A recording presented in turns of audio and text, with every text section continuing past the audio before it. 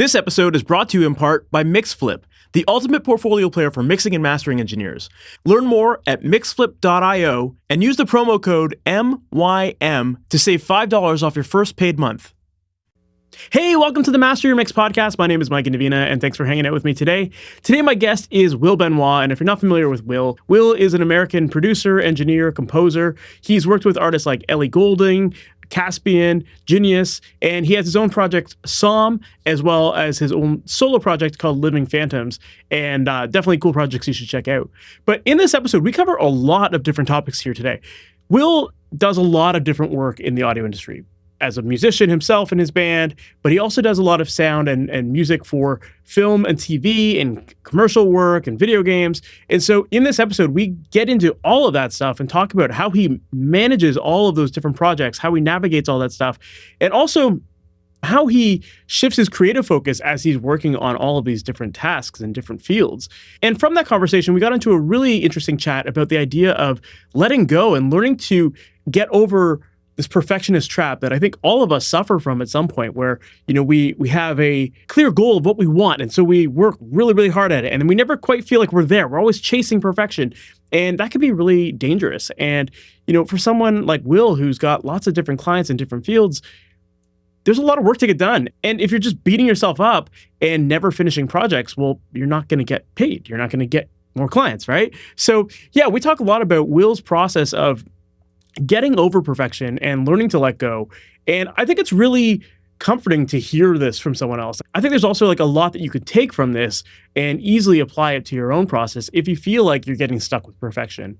And yeah, there's just a lot of really good stuff to take from that. So like I said, we cover a lot of different things in this episode. We cover his new record that he's working on. We cover how to get some heavy guitar tones, and he breaks down his process for that. And he's got a really interesting technique for that as well. So yeah, there's a ton that we cover in this episode. So with that said, let's just jump right into it.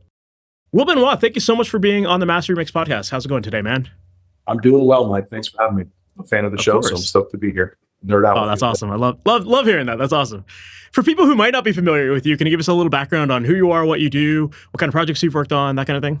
Yeah, sure. My name is Will Benoit. I live in Clinton, Connecticut. I'm an audio engineer. I record bands. I mix and master. I do commercial work, like mostly for TV and advertising. And I'm also in a band called Som. Awesome. How did you get into music and music production to begin with? When I was a kid, my neighbor and I were always messing around with like tape decks. We figured out that if you could plug the headphone into the mic input, you could record onto a cassette. So we were always just kind of messing around with audio, trying to make demos. And then he got a 4-track, and that got left in my basement. So I started playing with it. And then my parents saw that I was interested. I got an 8-track cassette machine, and that was like, ooh, twice the tracks. Yeah, and this is all basically before digital recording. So, it was like early days of how to make stuff work and get it onto your computer and then burn it to a CD. And like, I don't know, I've just always loved that side of things, like the sonic exploration of it. Yeah, and then finally got into digital recording. Ended up going to college for it at Emerson College in Boston. That's where I met Mike, who's in Som now. We've been friends ever since. We ran a record label back then. I worked at a record label called Hydra Records in college, and that was like my input into the whole world of music and touring and all that. And I've just been kind of going ever since. Awesome. So was the idea, like when you first got into it, was the idea like, we're just doing this to record our own music? Or like, was there like kind of a point where you were like, oh, you know what? Like, I think like doing this for other people or doing this as a commercial job kind of thing could be a potential opportunity? It's funny, man. I can think back to being like 14 or 15 and thinking like, I want to be in a band that records music and tours, and I want to work in a studio, and I want to score movies. It all never quite worked out the way I wanted it to, but I have like a very small version of that. You know what I mean? Like I've gotten to do all those things. Yeah, I think it's always been like kind of like, this probably makes sense to you, like the Trent Reznor path. You know what I mean? Like he kind of has his hands in a little bit of everything. And I just always liked that. I never wanted to be one thing. I always wanted to like be able to tinker around with different ideas. You know what I mean? Different paths. Yeah. Well, I was curious about that because like a lot of people do tend to focus in on like one niche kind of field in the audio area, right? In the audio industry, right? So to get involved in like bands, film, TV, advertising, video games, all that kind of stuff. Like it seems like there's a lot of navigating and getting like, was that process hard for you to get started with and like trying to find all these different areas to work out of? It's funny. I've realized I'm 44 now, and I've realized it only over the past couple of years. I don't know if you would call it ADHD, but I see a lot of those, like, I'm undiagnosed. This is totally just my thinking. It's like, I really have a hard, like when I'm focused on something, I'm laser focused on it and I can focus on it for a while. But after an hour or two, I'm already moving on to the next thing. And that's just how my brain works. I have like 8 or 9 things going at all times. And I've realized my father was the same way.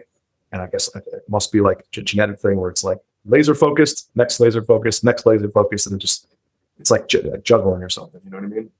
So do you find like you're like a very project oriented person? Like you just got one thing and that's what you just hone in on for like a couple months and... No. I focus on that project for an hour and then I move to the next project for an hour. Gotcha. And the next project for an hour. So that's how I'm able to, I think that's how I'm able to kind of compartmentalize, like, okay, I have, like right now I have a mix going for a band. I need to do that. I'm getting all som prepped we're leaving for tour in 2 weeks. So I'm running sets. I have to build my pedal board. I got to get my daughter off the bus at 3:30. Like I just go hour to hour in blocks and just like, I don't know, somehow it works out. Yeah. No, I mean, I've met people who like want that diversity and like will say like, yeah, like I'm, ADHD or whatever. And like, but like really they'll kind of just like, they just don't want a singular focus in like one field. So like, but you're like literally just doing it like multiple projects juggling at once, which is cool. But I imagine that just requires you having somewhat of a structure schedule in your life, to make it work, right? Yeah, I'm not saying it's not ADHD, but I think that's like the closest terminology to it. Like it's just your brain's moving fast and you got to just kind of hold on and keep up with it. Yeah, it takes like a little bit of structure, but I also try to leave time for like, if I need an hour to go take a walk, I'll do that too. Stuff like that. You know what I mean? Just like there's got to be a little bit of a little room to shuffle things around for your own brain to stay sane, I guess. Yeah, of course. Well, with the fact that you do work in so many different fields, like how do you feel the creative process differs across all of these different formats for you? Like, do you find it's a similar thing or is it very different? I think it's become a similar thing over time. I was just talking to somebody about this that, I used to like approach let's say specifically songwriting for a band or something like that as a very like delicate and thoughtful process. Whereas now it's like, okay, I need to pick up my guitar, I need to come up with something cool, and then I need to come up with another something cool that goes with it.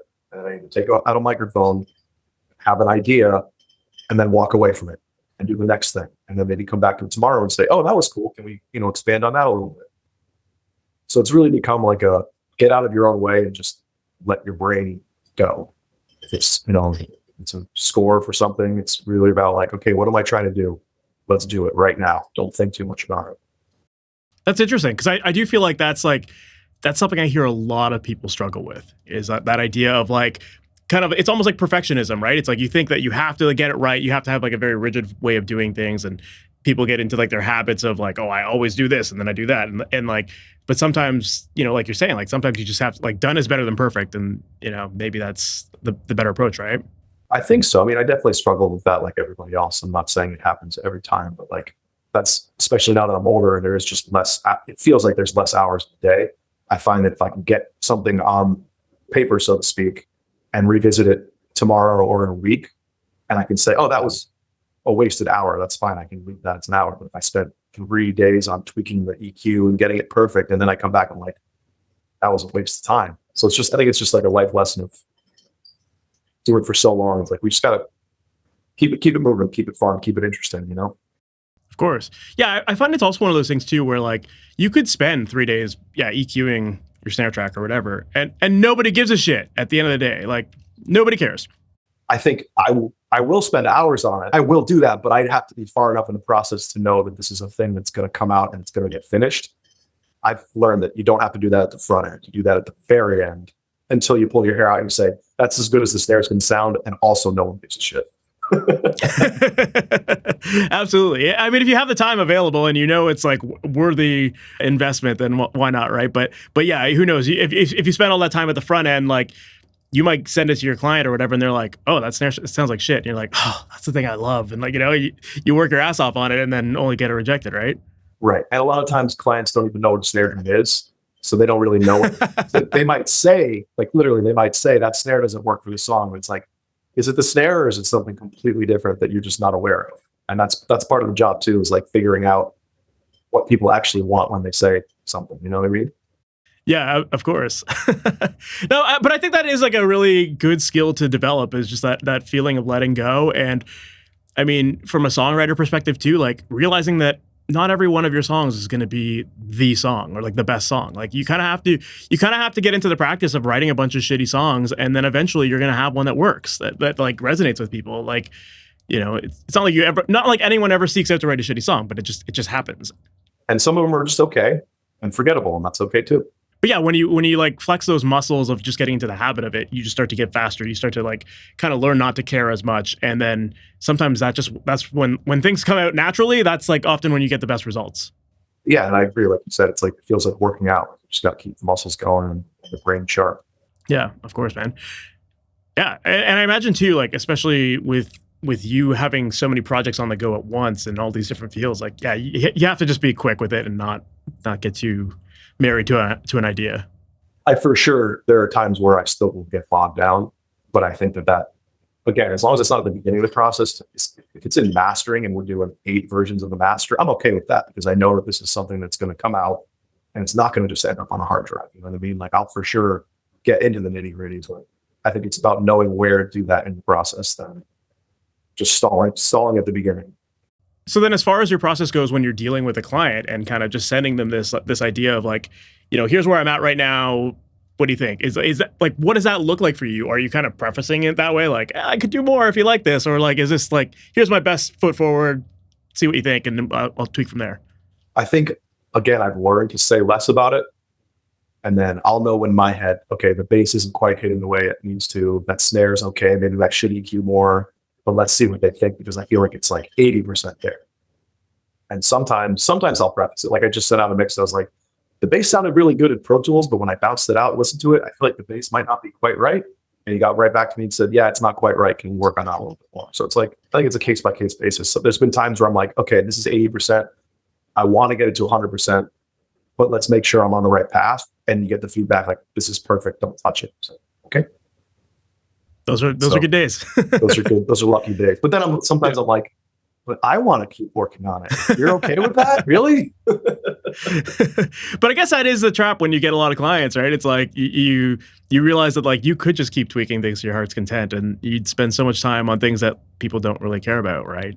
And maybe it has to do with the fact that like some people just, like you said, some people don't even know what a snare drum is. So like they might not even know that they could suggest something that might get better, or that you could even do better with it, right? But I guess that's just where like the lines of communication are really important with the client, like figuring out what they want and, you know, having that back and forth. And if they think you can do better or you think you could do better, then like, you know, as long as you guys are communicating that to each other, then it'll work out, right? I think so. Yeah. I think the big part of the job is like making somebody you're working with comfortable and like they trust you and you can trust them, so they can be honest. If they don't know something or they don't fully know what they want, but they can use language that might not sound as like technical as something we would say, but that they can get what they need from you and not feel like they don't feel like you're going to make them feel stupid for not knowing the answer. Does that make sense?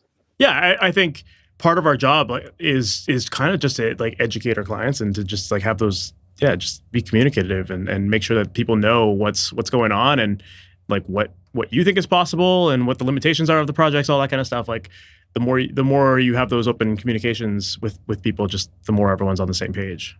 Right. And I feel like the big thing is to try to not be condescending. I know there's a lot of people in, you know, but definitely in the recording industry that can be very condescending. Same thing on the label side of things, where they think they know all the answers. It's like, it's just not a good way to work with people, I find. Like you get a lot more repeat clients and people, like, again, just come to trust you and like believe that you're not selling them a load of bullshit. Of course, yeah. Well, one area that you work in that I'd love to dig into a little bit more, because we haven't had many people on the podcast that have talked about it, is that idea of like making music for film and TV and advertising and that kind of stuff. It's an area that I think is like a really cool avenue.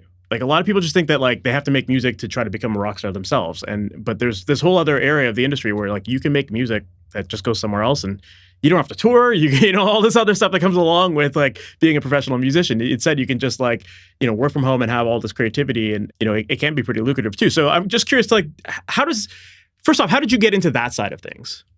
It's a good question. I think early on, maybe I either read an article or maybe just saw something online about how like one of the ways for musicians to make money between tours is to start doing like production music.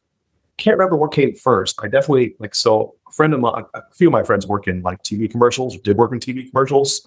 So sometimes they'd like need a search. They'd be working on the spot. They'd say, we're looking for a song that's going to kind of fit this vibe. Can you give us like 5 options? Just because I'm somebody who's in the studio, they trust my opinion, they trust my judgment. So, put together 5 songs, take the existing picture cut audio in there, send that back, 5 ideas. That's kind of how I got started. So it's just like a music, I forget what the title was, but you make a few $100 doing it. It was just like, it kind of gives them some moods and ideas. I did a God of War spot, a PlayStation game that I was doing that for. I had like 10 together a bunch of music, and then I don't remember how it happened, but they ended up getting an Ellie Goulding track that they wanted to use, but they didn't want to use the original version. So they ended up, at that point, I knew the director because I had been kind of working with the stuff, and she was like, why don't you try to do like a remix to it? The producer, director agreed. And that was kind of my aim. Was like, okay, I'm using this like amazing vocal, and I'm going to build this sort of like tribal, dark beat underneath it and try to give it like an industrial pulse. And that was the first thing. And I was like, that's to this day, probably the biggest spot I've ever done. That was like a Super Bowl spot. It was awesome. That was like my calling card. And then once I got that, I could start sending that around. And then I got into doing like production music for, there's tons of these people that just send music to people that are editing TV shows, advertising. So, you just start sending them tracks. And that's where I really started doing the like, all right, we just need to put all the thinking aside and just work on the track. And does it have an emotional impact? Does it sound pretty good? Great. Done. I like how you break that down. I don't know that's if a that pretty answers the question. That is cool. Like just even putting it that way there, where that's like, does it have that emotional impact and like all that? Like, I think that's a good barometer of when things are done, because it goes back to what we talked about earlier. It's like people don't know when they're done because they think they can keep tweaking and they get in their head. But like, as long as you have that as your like goalpost and you feel like you connect with it, then I think that's a pretty safe way of just moving on and letting it be wherever it goes, right? Hey, real quick, just want to take a second to tell you all about our awesome podcast sponsor, MixFlip. If you are a mixing or mastering engineer looking to stand out, you need MixFlip, the interactive portfolio player that's built to help you get more clients. With MixFlip, visitors can flip between a rough mix and your final mix or master in real time, allowing them to hear the transformation that you bring to the projects you work on. Plus, create traditional lossless players and mobile optimized landing pages that are perfect for your social bio. Start winning more clients for free today at mixflip.io. And when you're ready to upgrade, use promo code MYM to save $5 on a premium plan. Yeah, I mean, I ask myself big questions like, is this too boomy? Is the high end a little bit shrill? Is it like getting that brightness right for something like TV or film, because you don't want it to sound overly bright because it's going to step on dialogue, and it can't sound muffled and boomy because then it's not doing the emotional thing that it's supposed to do. And I feel like those are the big terms that people like editors and people in film will think about, where we're back to thinking about the snare sound. You know what I mean? Yeah, but I think that's like a really good point there too, is like understanding what people want and like what they're looking for and using those words. And as long as you're catering to that, then that's kind of, you're done, Yeah, and this is kind of maybe a tangent, but it got me, when I started doing it, like it got me thinking about like, okay, what are my strengths as a musician? What can I bring to the table? Because there are people out there that are doing like full orchestral scores for Marvel movies and video games. I'm like, I'm never going to be good at that. I want to be good at that. And I've tried my hand and I've gotten okay at it, but like, what are the things I'm good at? And it's really about focusing on that and trying to like figure out where that type of music goes into what kind of TV show. So I'll give you an example, like something I've done a lot of is like judges table music. I don't know, so reality TV show, they go in front of the judges table. There's like boom, ominous chords, boom, right? That's something that I'm really good at. It's kind of dark. It's kind of spooky. There's impactful moments. Like I can do that 10 times a day. You know what I mean? So that's something that's become like a strength of mine. That's such a cool little like niche to realize for yourself. Totally. Like I know a guy who makes like crazy money, and he's like the Weather Network guy. Like he makes all the music for Weather Network. That sounds fun. And like that's his thing. He's just like, I know how to make music that they want and that works on that channel. And like that's his thing, right? And it's like I do think that it's like, having worked in the film area myself, like, yeah, when people realize that there's someone who's like a specialist at some certain sound, it's like they want that, that they're willing to get the person who's good at that and hire them and keep hiring them on multiple projects because that's just what they do, right? So then when you're writing to film and picture and stuff like are you writing to picture generally, or is it kind of just like, here's an idea of what we want, go from there? So the stuff I've been doing, it seems like, I don't know if this is just my perception of it, but it feels like things are shifting more to like, give us 10 ideas and we'll cut around one of them. This might just be where my niche is, but I'm getting a lot more like, we're looking for 10 songs for judges table. How many can you write in the next 2 weeks before they go to editing? So that's sort of where I'm at. I don't know. Maybe I'm just less specialized and I'm getting less of that work nowadays. Because I used to get it where it's like I get a picture and I cut, I make a track to the picture. But I've gotten a lot less of that. Yeah. Well, I mean, even just that, like with what you said there about, people say, give us 10 ideas. I think that's also part of this like process of learning to let go, because that 9 of those ideas are going to get scrapped if they pick one, right? So even that's if they pick one, yeah. So maybe 10 out of 10, right? So yep. So yeah, I mean that's just an exercise in itself of like resilience. Yeah, totally. But also I imagine too that like you're probably in this process building this massive library of all these songs that they might get used, because what's right for one person might not be right for the other person, for the next person, and vice versa. So yeah, definitely become a better songwriter as a result, because and then a lot of times you could also like take something you worked on for a pitch like 2 years ago. It's like, that's kind of similar to this one. What if let me open that file and see if I can like punch it up and get it closer to the brief. So there's a lot of that, like retrofitting stuff too. That's very cool too. So then with having such a big library of music that you've written, how do you organize that on the back end? Like, I imagine like if you're not thinking like, oh yeah, there was an idea I wrote 2 years ago, like, let's find January 15th, 20, whatever, like in your file name, you probably wouldn't know what that is, right? So you probably have to have a way of organizing your systems on the back end to quickly pull up ideas. Yeah, I used to be better at it, to be honest. Like I said, a lot of the stuff I'm doing now is more just like I ship off 10 songs at a time to a company and they deal with it. But as far as like stuff that doesn't get used, I try to keep stuff organized by year at least.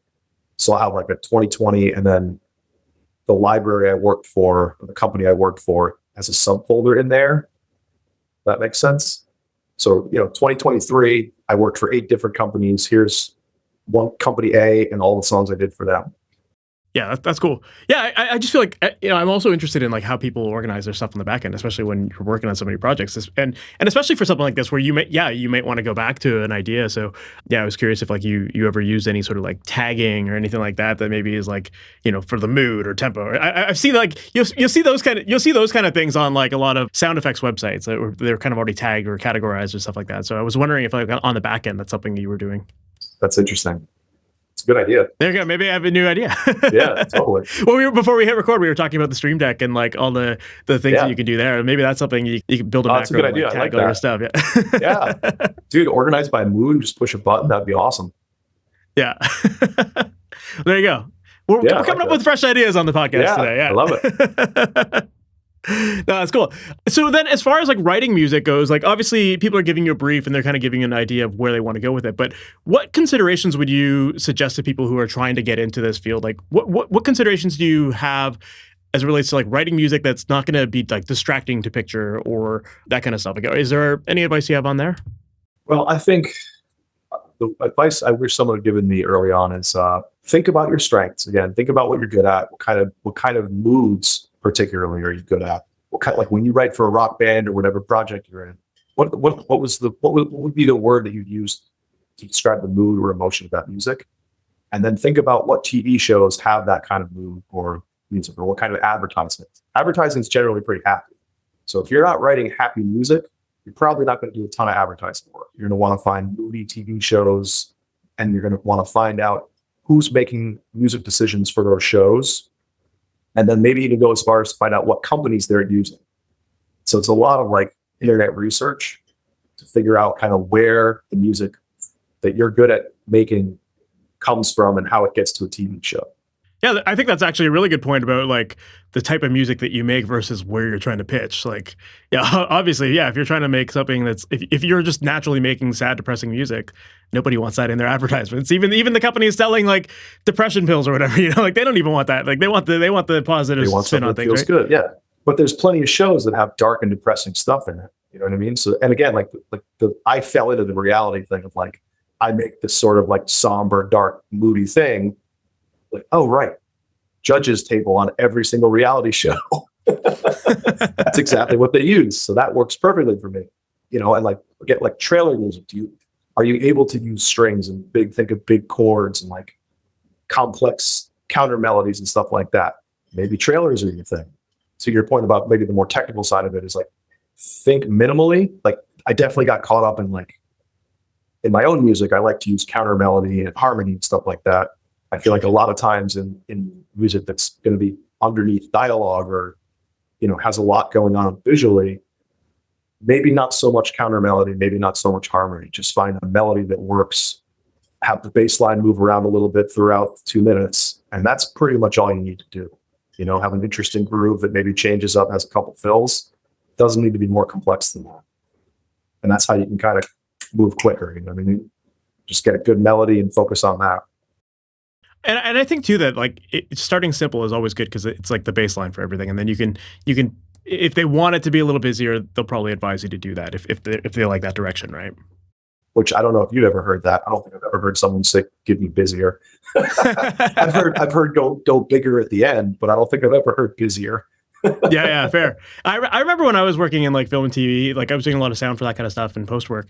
Occasionally we would get some composers that would send us like kind of like the simple version, and then they'd have like an extra track where it was like the busier stuff, and we could decide if we wanted to blend them in. But like we almost never use that stuff. It was just like, yeah, simple is better. Like a lot of times I don't know which of my music gets placed until I get my ASCAP checks there quarterly, and it's 9 times out of 10. The underscore is what they use, which is basically just drums, bass, pads, the reed instruments, all that stuff is usually not there.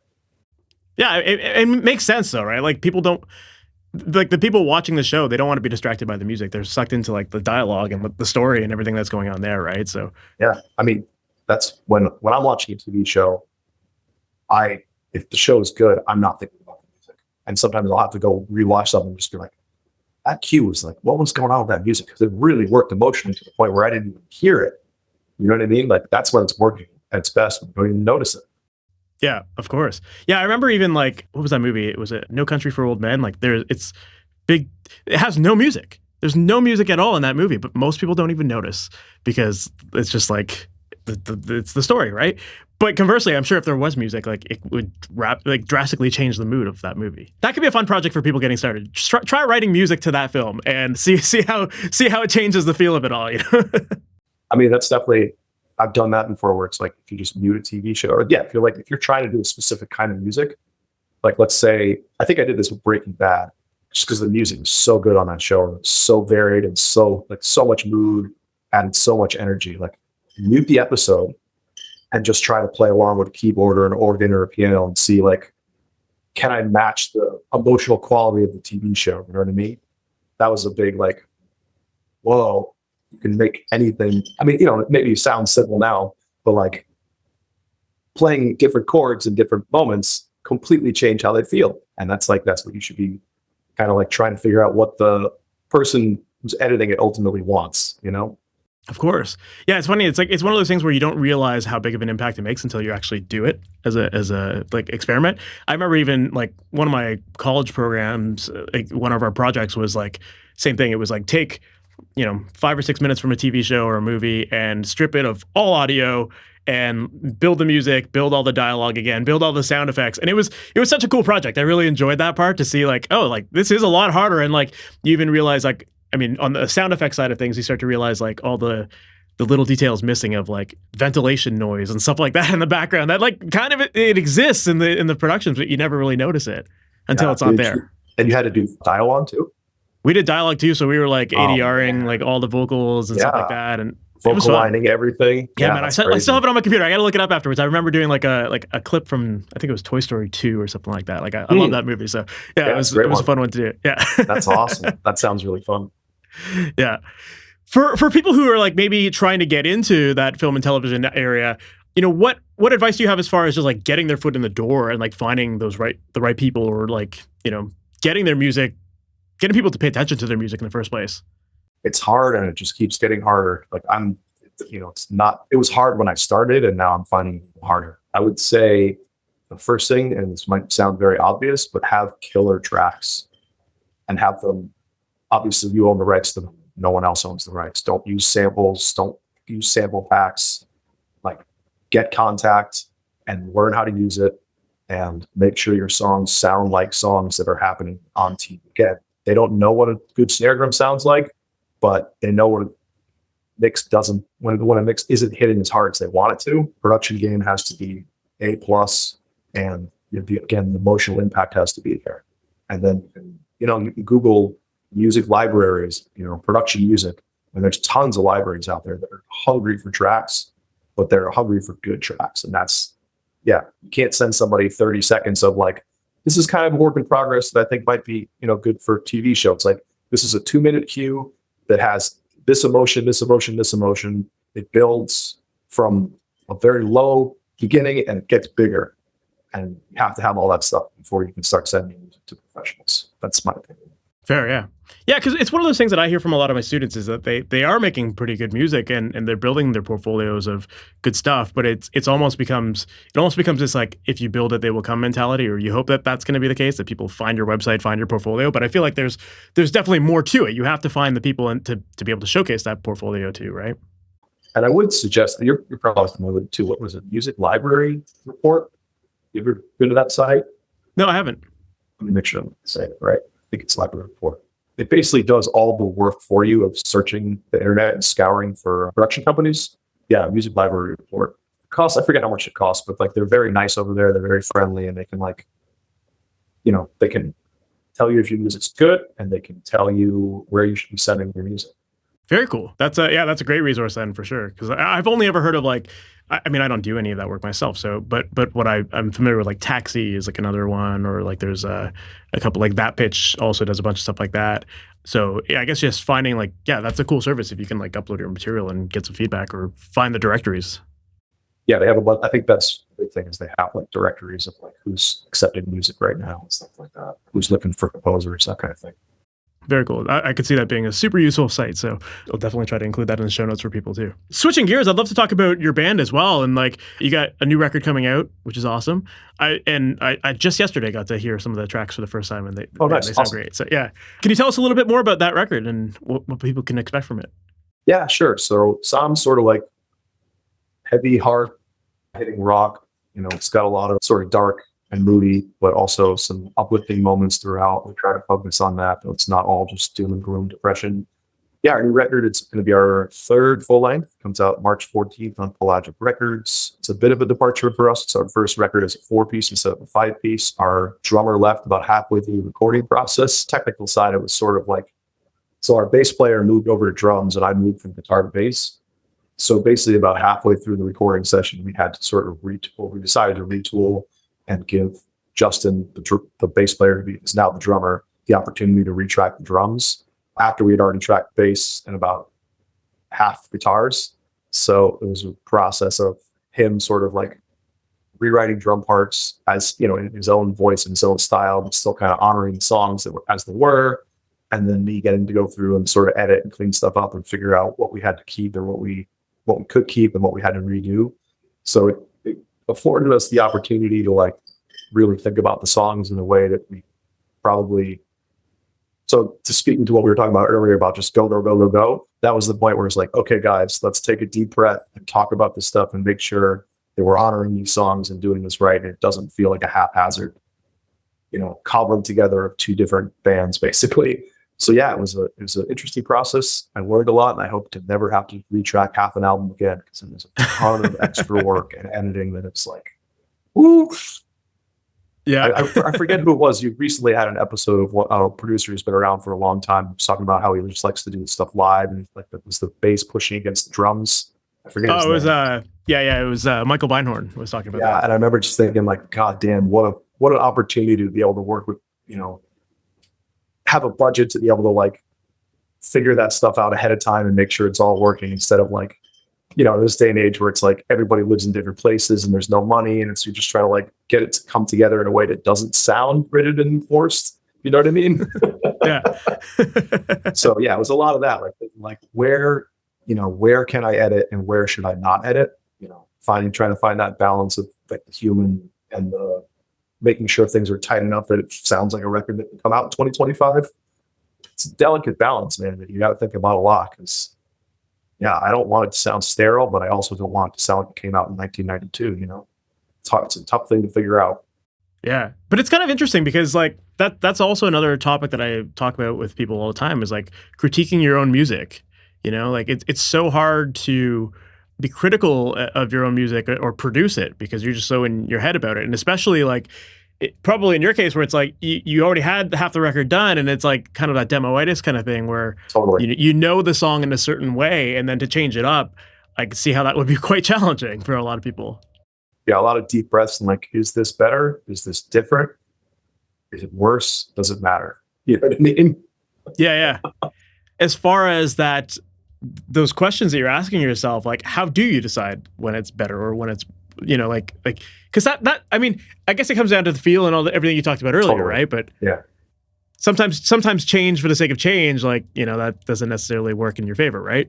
right. I think that's the slippery slope of living in 2025. It's like, are you changing for the sake of change, or are you making the song better? Like, yeah, I don't know. I think I said this already, but like giving people confidence and trust in themselves and in you.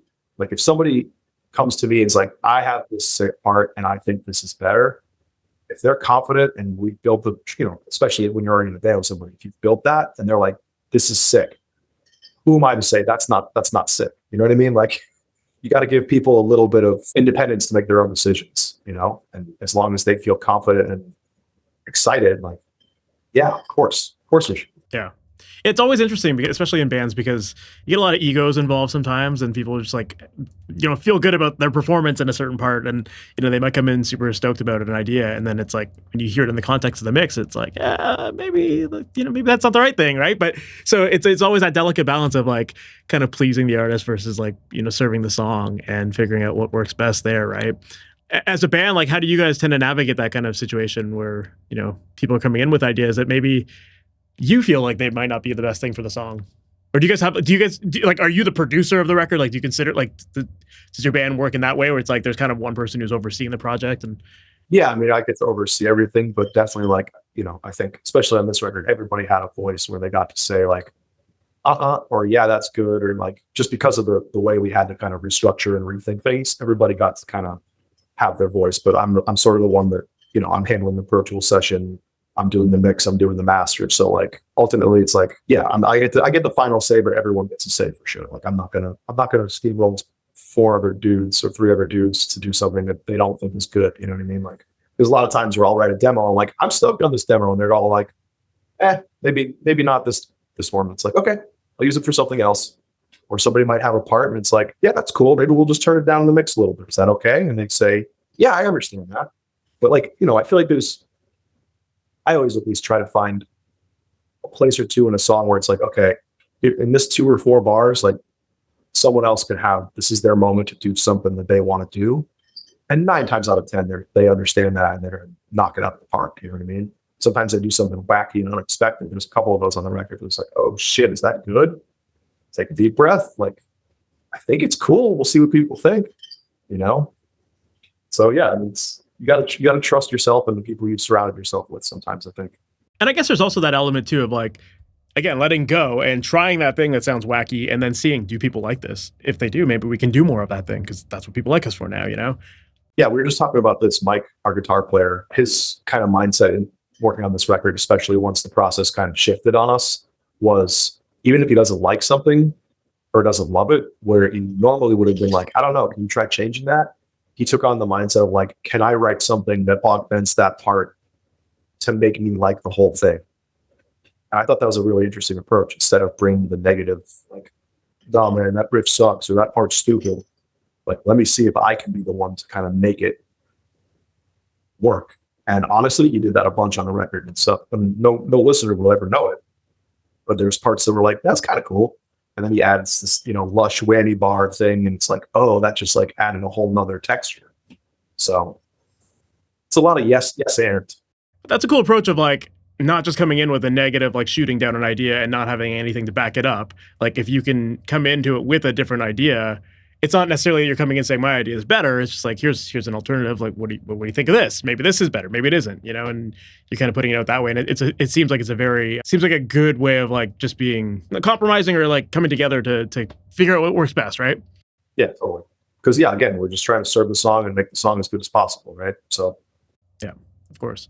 Well, one thing that I really love about your albums is that like your guitar tones are awesome. I love like the guitar tones you guys have. You guys have this great knack for like getting these like super low tuned, beefy, fuzzy guitars, but yet they still sound very clean and very clear in your mixes. And so I was curious about like digging into the guitar tones a little bit. Like, what's your approach for a general heavy guitar and how to get that clarity in a mix?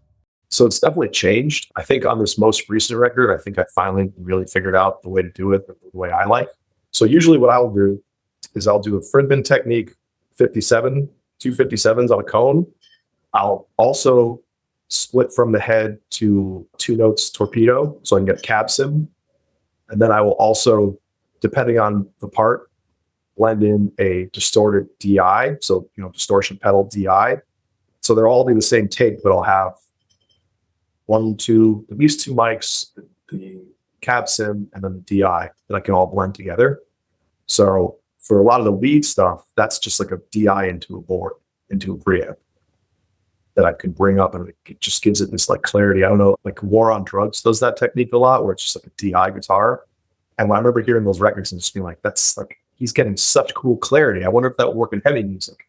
So I've been doing that for a while, and then having the cab sim, I feel like you can get a clarity because you can just, instead of spending an hour moving the mic around, in 30 seconds, you can go through 50 cab sims and get the tone perfect, and then kind of move the mics to try to get it to complement the cab sim. So that's been like a new way of thinking. And then I blend it all together. And then typically I'll I treat each person's guitar through its own bus, which is usually through like an 1176, maybe a little bit of EQ. I try to get everything kind of done on the way in. And then maybe some delay or reverb or whatever, Yeah, that's cool. So you got all these individual tracks going to their bus, and then you're kind of treating them all as like one track essentially on that bus with your compression or EQ or whatever, right? Right. So each person, so Mike has his own bus, Joel has his own bus, and then I'll do a bunch of rhythm guitars that gets its own bus as well. That's cool. As far as like blending all of those layers, like, that I think that's sometimes where people get a little off path with guitars. It's like you start to add too much and you have too many layers. It can be, a lot of people don't even know like how to approach the sonics of blending all those layers so that they work together. Like what's your approach there as far as like, do you go for certain types of tones with your amp versus, the cab sim or that kind of stuff? Like, what does that look like there? Yeah. So at this point, I feel like we've kind of figured out what works best for us. So again, Mike does a lot of like the warbly, Randy bar kind of lead stuff. So we found like there's a Fender Bassman that we have, like a 70s Fender Bassman that kind of like naturally lops off a lot of the bottom end, so it's less muddy. And we use that a lot for leads. And then we also have a high watt that we'll use for Joel's leads and some of Mike's leads. Joel's clean stuff, we use that. It just sort of works with the way he plays and his distortions.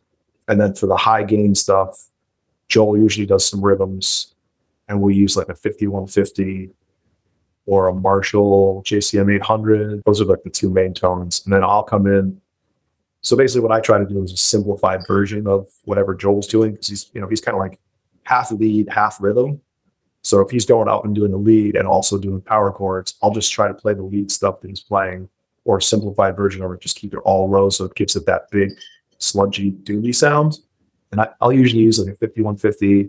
And then the thing I like to do is add like sort of like a Smashing Pumpkins, basically a Big Muff into a JCM 800.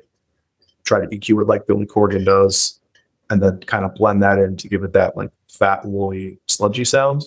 And then once I feel like I have all those layers, I'll turn those buses down to basically 0, make sure my drums and my bass are working the way I want them to, and then bring those guitars up as loud as I can possibly get them in the mix without making them sound like they're speeding up all the reverb from the snare. I definitely like guitars louder than they probably should be. I don't know. I like it. I like it when it feels like they're like just at that point where it's like the vocals should probably be a little louder, but goddamn, those guitars sound good, so it's okay. Yeah. That's cool. Well, I even noticed too, like listening to a bunch of the mixes, that like it often seemed like one way that you layer your tracks is that the guitars will definitely be loud, but you'll have like your big sludgy guitars are often like just a little quieter than your clean, like you'll have a clean lead on top or something like that. And that really gives the cleans that clarity, and it kind of all works together to give you just definition overall, because you hear that clean thing a little bit louder as opposed to just that like wall of fuzz. Yeah, I mean, we try to be careful. Sometimes it works, sometimes it doesn't, to go overboard with reverb and delay. Like, I feel like that's something we learned in our earlier bands, that like you record it and it sounds fucking sick. It sounds perfect. But then as soon as it's hit with that limiter at the end, once you get to mixing and mastering, all of a sudden that delay and reverb is so loud, you know what I mean? Just because there's so much compression. So we try to not, you definitely use your boutique pedals and get it to sound good, but then turn it maybe down 20%. Because you can always add a little bit more reverb later, and it gives that, you can add that nice lush stereo reverb in the mix instead of having a mono reverb. It's just like way too loud. Yeah. So then as far as like your use of reverb and delay, what are some tips that you would give to people there as far as like how to make sure that it does feel good once things have been mastered and loud, right? Just use less of it, and don't be afraid to use multiple stages of it. So again, your Strymon might sound great with the mix cranked in the room going through the amp, but once you add all that compression, it's going to go through the 1170s, ideally go through a compressor for the bus. Maybe there's another stage of compression on the master, and then it's getting limited. So all that stuff is just going to be super loud. So record it a little drier than you like, and find a couple of plugins that you really like that are, maybe based on that pedal, or maybe offer a complementary sound, and then put that on a bus or even on the individual track. And then once you get to that limiting stage, you can play with that blend on the reverb or the delay. So it gives you that nice wash movement, but doesn't overpower the actual clarity of the instrument. That's what I try to do. Yeah, and I would say that, like, from my experience with that, it's not just level sometimes. It's not just a matter of like turning down your delay or your reverb. It's like often being very aware of your reverb times or your delay times or the amount of feedback that you have, all that kind of stuff. Because yeah, I mean, depending on the tempo of your song, if you have this like stupid long reverb, it's going to just create mud throughout the whole track. Whereas if you can time it properly, then you can get that clarity between every snare hit, for example. And, you're not just getting this big wash, right? And even EQing or reverbs and delays and stuff like that, that's often a big part of getting the clarity so that things still have their spot in the track, but that reverb can still exist. Yeah, I mean, another trick, definitely like cutting a lot of the sludge out helps. Delays and reverbs. Yeah, sometimes like even just side chaining too, like so you get the reverb to so you get the attack of the instrument, and then if you side chain the reverb to it, the reverb comes out after it. Does that make sense? So it's something that I use in pop music now a lot, like Weeknd, Miley Cyrus doing a lot, where the vocal has this like heavy side chain reverb, so you get that like big reverb spike, and like that, not spike, that like outside of the actual singing, you get the clarity in the singing, but then you get that like tail of the reverb. Yeah, you hear that effect after the fact, like it kind of swells up. Yeah, that's something I use a lot in my mixes. Oh, nice, awesome. Yeah, I love that technique. It's a cool way of having that in there, but it's like not super in your face, and you're not hearing like all that repetition between notes. It's just kind of tucked under, and it's present. It has some depth, but then when you're done singing, like all of a sudden you hear that effect come through for a split second or whatever it is until the next line. It can fill out the gaps really nicely. Yeah, and it's just an interesting effect on the ear, I feel like. Yeah, I mean, I'm waiting for more shoegaze bands to start doing it. Like we just started doing it on this record, and I'm like, this has got to be a thing that these people are going to catch on to. Instead of that like completely drenched wall of sound, you actually get a little bit of that push and pull with it. I don't know. Yeah, I agree totally. Like, it gives so much dynamic to the mix. It's a hard thing, especially in the shoegaze world. It's like people have this expectation of the sound that it should be where everything's washed out. But yeah, it can be really hard to get a lot of clarity. Last summer, I was working on a shoegaze record, and we decided to do it in an old abandoned grain silo, and it was like these 150-foot tall concrete silos, which like the reverb time on them was stupid. It was like literally like 20-second long reverb times. Like it was insane. And I remember like we did the drums there, and I remember saying to the artist afterwards, I was like, there's no way we can do the rest of this record here. Like he wanted to do like the vocals and guitars. Like we have to be very selective of what's gonna have that stuff, because it's just gonna be washed. And even then, like it's like drums, man, we gotta find ways to like reduce this reverb as much as possible. Like it was what did you end up doing? We ended up doing a lot of it at home, and we just recorded like dry stuff. And what we actually did was we took impulse responses of this. It was this big silo building that had like, I don't know, 60 different silos. Every one of them sounded different. Some of them were a little shorter, had shorter reverb times, but we ended up taking impulse responses of all of them so that in post we could like use the tools to like shorten up the reverb times and make it work. But so it still had the vibe of the record that we were going for, but like we could be a little bit more selective and careful with it. Obviously for room mics for drums and stuff like that, you couldn't fix that. Right. Yeah. Yeah. We did Sam did a live at Silica. It's just like a really cool warehouse space in upstate New York. Did like a live concert during the pandemic. Yeah. It's like huge reverb sound that took me so much time to figure out because it was like on everything. Yeah. Basically just, had to kind of EQ it to kind of make it work, but it's still, it's on YouTube now, but it's like, and it's like just natural sound, it's cool. Yeah. It's cool when you get that unique vibe, right? Like that is one thing I will say about working out of like odd spaces, and you get a unique character out of something as opposed to, just using the stock reverbs that everyone uses in Logic or whatever, right? Yeah, I mean, I think that's early days for me. I had a Digidesign 002, like the little portable guy. I don't know if you remember that. That's what I like kind of cut my teeth on. And like, plus we would basically like I'd go around and record bands. So I'd put everything in my car, have my 8 mics, my 8 inputs, my 8 preamps, drive to like somebody's house in Pennsylvania and record in their living room, or like we'd go to a cabin up in the woods of New Jersey and record there. And like, I learned so much about how you just kind of like gotta learn to use the space you have. You know what I mean? Yeah, of course. Yeah, it makes it fun, and it challenges you as a mixer as well. In the end, when you go too far with it, and you learn how to fix that stuff, right? That's one of the things that I actually like appreciated about my time working in audio post production, and like was that we were constantly dealing with tracks that had like all sorts of ambience to them, and half of our job was just cleaning those up and like learning how to control things and using like noise reduction tools and stuff like that, and it kind of forces you to just think a little differently about how you approach ambience in a track, or even how to create ambience as well. Sometimes you need to actually infuse that ambience in the mix and make it feel like it's natural and not a voiceover or something like that, right? Yeah, I hate watching a TV show and being like, or a movie too, like, oh God, what? Like it takes me out of it when all of a sudden you hear the voiceover, like it sounds different. You know what I mean? It's usually like when someone's back is turned to you and then like it just like jumps right out at you. Yeah, it just sounds completely fake. Yeah. Love it. Yeah, and I'm sure you see that a lot, especially in the kind of projects that you're working on. Right on, man. Well, at the end of the day, like I always like to ask this question of everyone. Like, at the end of the day, what do you think ultimately makes a great mix? Loud drums. Perfect. As a drummer, I approve. Yeah, I mean, when I throw on a record, if the drums don't sound awesome in 5 seconds, I'm probably not going to make it through more than 2 songs. Like, it doesn't need to sound like super processed and perfect. It's just got to sound like big and full. Like I can't stand bedroom records that sound like, the drums aren't punchy. I don't know. Like 70s rock records, the drums sound perfect and they're big and loud. That's what I'm here for. I'm here for big and loud drums.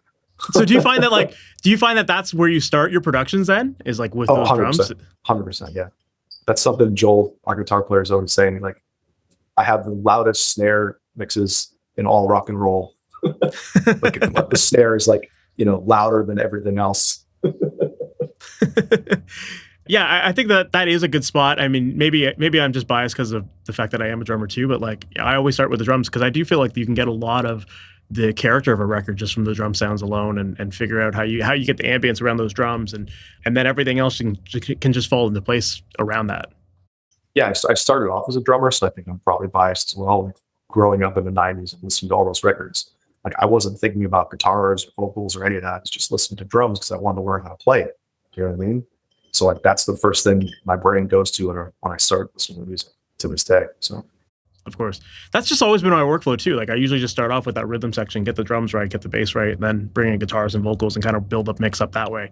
So maybe that's, yeah, I would agree with that. Like I think maybe you could get a lot more vibe out of the guitars or the vocals if you start with those first. But you know, for me in my workflow, drums seem to be the thing. So yeah, drums I agree with that. I feel like just like our human, like there's something primal about our brains that like the thing that makes us move is drums. Like that's, I don't know, that might be a weird thing. Tangential. It's just it's dynamic control as well in a mix, right? Like that's another reason why I like to start with that rhythm section first and just make sure that my levels on my master are good with that alone, because those are the things that are going to be loud in a mix. So might as well get those levels set up around that, and then yeah, everything else can kind of just fit in and glue together really nicely afterwards. Dude, this has been awesome. I love learning more about this approach, and it's cool to hear like how you're layering your guitars, and also to learn more about your film and television work, advertising work. Like that's all really cool and stuff that I know that people ask all the time about. Like, you know, what can I do with my music if I'm not trying to be a musician or like be like a rock star or whatever. It's like this is the kind of stuff that I think people need to know more about, and that know that it exists and that there are ways to get into it. So I really appreciate you taking the time to come on here and talk a lot about that. If people want to learn more about you, maybe even work with you, hire you for music or for commercial work, what's the best way for them to do that? My website is willbenoit.com, and som.band is the band, and my current studio is theradarstudio.com. Oh shit! I had one other question I wanted to ask about that studio, by the way, which is that I saw that you've made it a completely solar panel or powered studio, right? Yep. So I do want to talk about that because I feel like that's something that never gets discussed. Like you never hear people talk about like trying to make an environmental impact with their music studios and stuff like that. Right. So I am curious to know about that. Like how did that come about? Like how did you get started with that, and what was the? Yeah, sure. So my wife and I bought this house 15 or so years ago. And it's like this old converted barn that we put a ton of time and energy into. But when we bought it, the furnace had blown. So there was no heat in here. So, and at the time there were a bunch of like federal and state tax incentives and rebates on solar panels. So we just started doing research because we wanted to make like a cool green place. And it ended up being we figured out the budget in the long run, we'd actually save money by going solar. So yeah, it was just sort of like we had to make some decisions about the house and figured why not go the environmental route. Yeah, that's kind of how it got started. That's cool. Have you found it's impacted your work at all, or is it pretty stable? So we are tied into the grid. We're not off grid. So the panels actually feed the grid, and then we get energy back from the grid. So we're basically just contributing. So like our electric bill in the summer is like $10, which is pretty cool. Yeah. So yeah, it's a great investment. It's a little more complicated now because there aren't all those tax incentives and stuff that there were back then. Yeah, I think that there's still space for it. And I think it's definitely something people should look into and consider when they're, thinking about buying a house or investing in some kind of like energy upgrades, Yeah, I love that. I saw that on your website. I just thought you don't hear too many people talking about that. And the only other person I know of is like Mike Calagian. I don't know if you know him. He's a mastering engineer, and he does a similar thing where is it either solar powered, or it's either that he's solar powered or that for every project that he works on, he plants a tree or something like that. Like, oh, that's cool. I've had a couple of people talk about it on record, so on the podcast before. So it's a cool initiative. I like that. Yeah, awesome, dude. Well, again, thank you so much for taking the time to do this, and I really appreciate it, man. It's been really cool thanks for having me, Mike. This was a good talk. Of course, man. So that was my interview with Will Benoit, and I really appreciated his openness about his journey with perfection and how he's gone through and navigated that idea of getting over it and learning to let go. And I think part of that has to do with a lot of the work that he's doing where he has to overproduce. And that is actually a pretty good exercise to get into the habit of doing yourself, where it's like realizing that there's more to what you can do with your work than just the project you're currently working on. And that the more you practice, the stronger you're going to get. And looking forward as opposed to just thinking about like, my whole world evolves around what I'm doing right now. That can be pretty hard to navigate, right? And you're never going to finish projects if all you're doing is just chasing perfection with your projects. So I think that there's a lot of really cool stuff that he shared in here about how he got through that process himself, and a lot of things that I think you can implement into your process as well. So yeah, I really enjoyed that. I love learning more about his guitar approach too, and his interesting approach with having multiple layers for his guitar tracks and how he uses his DIs, his cab simulators, his mic setup. There's a lot going on in there, but if you listen to his band's music, you'll hear that the guitar tones sound so thick, so full, but still have that clarity. And I think it definitely comes down to the way that he's set up his inputs as he's recording guitar and how he can blend them all together. So definitely cool stuff to check out there too. So yeah, I hope that you enjoyed this episode. And if you did, please make sure to subscribe to it. That way you're notified about all new episodes as they go live each and every Wednesday morning. And if you're looking for help with your productions, if you're not sure what steps to be taking throughout the recording, editing, or mixing process, and you want someone that can give you one-on-one, personalized, actionable feedback along the way, someone who can listen to your music, find the gaps in your production process, and show you the way to ultimately get the sound that you hear in your head to come out of your speakers, well, that is exactly what I work on with my students inside of my coaching program, Amplitude. And if you want to learn more information about that program, make sure to visit MasterYourMix.com/amplitude. And on that page, you can click to apply for the program and to hop on a call with me where we can talk about your goals, what's currently working in your process, where you're feeling stuck, and we can see how I can help you. And if it seems like I can help, then I'd love to invite you into the program and work one-on-one with you to help you get your goals achieved and release more music and feel confident and proud of your process and proud of the work that you're making. So once again, make sure to check out MasterYourMix.com/amplitude, and you can find all the details there. And then with that said, we've reached the end of this episode. Thank you so much for sticking around, and I can't wait to chat with you in the next one. We'll talk soon. Take care. Thanks for listening to the Master Your Mix podcast. Please make sure to subscribe on your favorite podcast app and leave a review. If you have any questions or comments for the podcast, send an email to questions@masteryourmix.com. And for more information on how to create pro recordings from your home studio, visit masteryourmix.com.